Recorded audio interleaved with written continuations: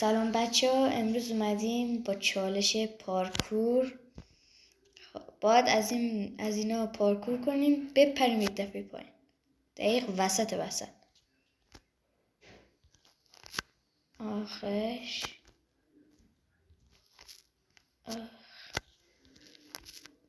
وای خراب شد دوباره.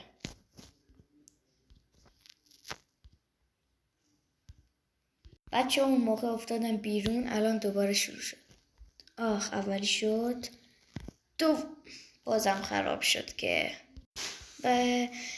بازی. الان باز دوباره باید برم بالا، باز ویدیو کات میکنم. خب بچه ها باز دوباره اومدیم. نه البته چیز گذاشتم. خب 3 2 ای وای باز نمیشه. چرا میان بالا؟ باز از اول.